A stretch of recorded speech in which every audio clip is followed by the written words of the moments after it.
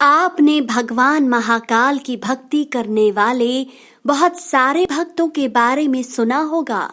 महाकाल की कृपा से जुड़ी हुई बहुत सारी कहानियां भी आपने सुनी होंगी, लेकिन आज हम आपको बताने वाले हैं शिव पुराण में वर्णित भगवान शिव के ऐसे भक्त की कहानी जिसका सीधा संबंध है भगवान श्री कृष्ण से। एक ऐसा भक्त जिसकी भक्ति से प्रसन्न होकर भगवान महादेव ने उसे सदैव प्रसन्न रहने का वरदान दिया। दरअसल प्राचीन काल में उज्जैन में एक बड़े ही प्रतापी राजा राज करते थे जिनका नाम था चंद्रसेन।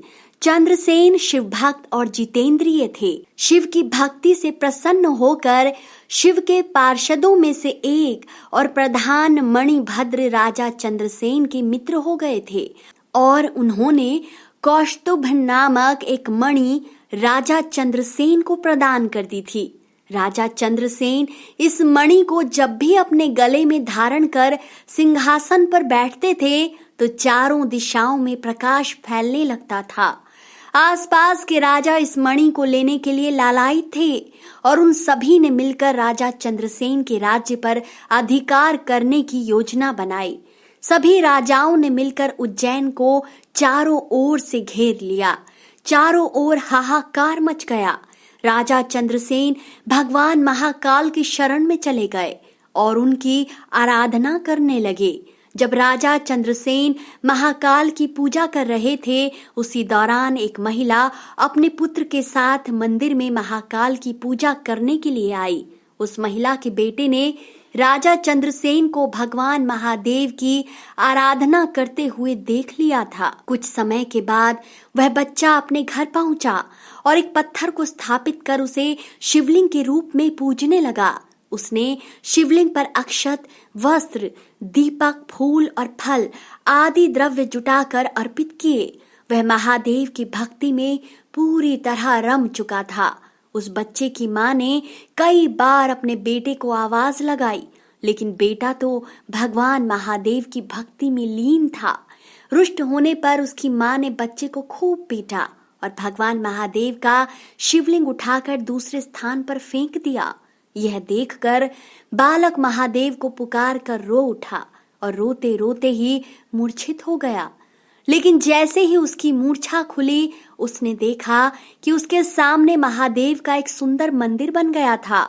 इस मंदिर की मणियों से चमकते हुए खंबे लोगों को आकर्षित कर रहे थे और उसका घर भी इसी प्रकार के एक महल में परिवर्तित हो गया था।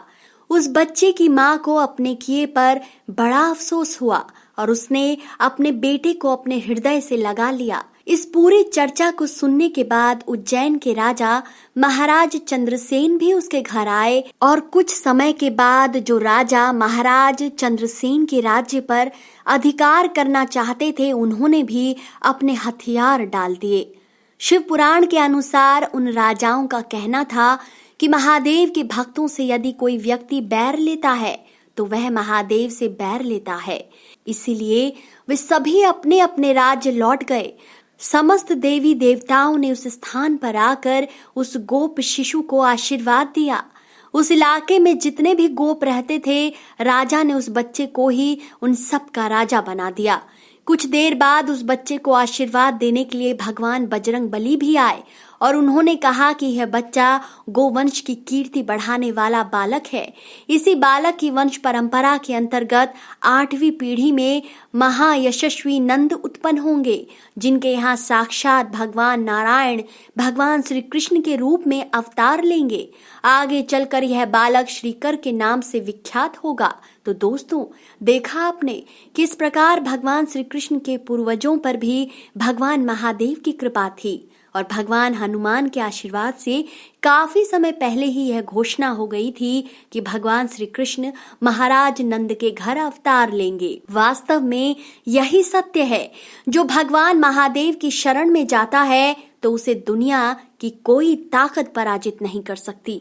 तो दोस्तों, कैसी लगी आपको ये वीडियो? अपनी राय कमेंट सेक्शन में जरूर बताएं।